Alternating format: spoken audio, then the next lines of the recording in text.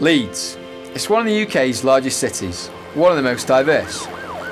From April to July 2008, I was working in area management in a neighbourhood called Hare Hills. The project targeted 6 streets, 6 of the most densely populated and deprived streets in Leeds. And the problem we were dealing with was the bin yards. It doesn't sound like a complicated issue, it doesn't sound that serious, but this was the situation.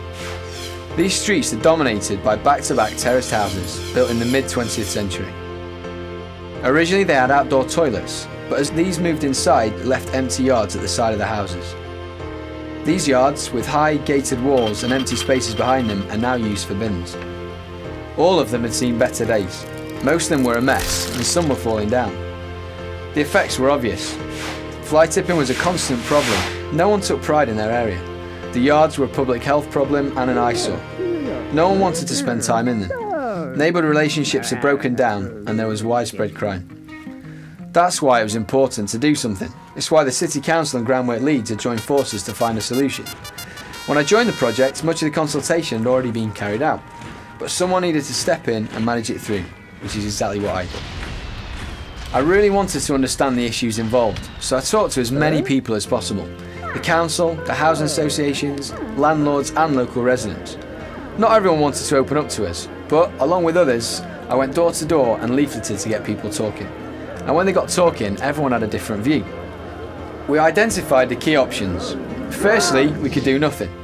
Secondly, we could sort out the existing gate and wall and make it usable. Thirdly, we could lower the front wall and put up bright blue railings to make it less intimidating. And fourthly, we could knock it through completely at both sides and develop the yards as new open spaces with planters and greenery. Whatever we chose to do, there would be implications. There's so much detail to consider.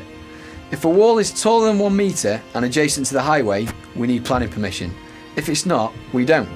If one of the properties is owned by the council, we don't. If not, we do.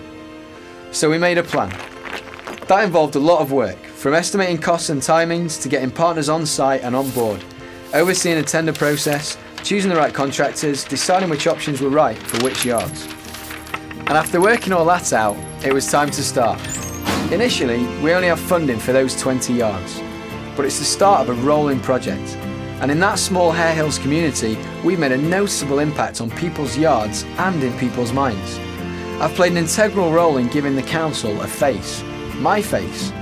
And that's the point, because no matter what project I'm working on, whether I'm talking to residents, contractors, or dealing with the necessary paperwork and sums, I'm changing the local community in a really tangible way. I'm Josh, and I'm a management trainee on the NGDP. It's real life, real work.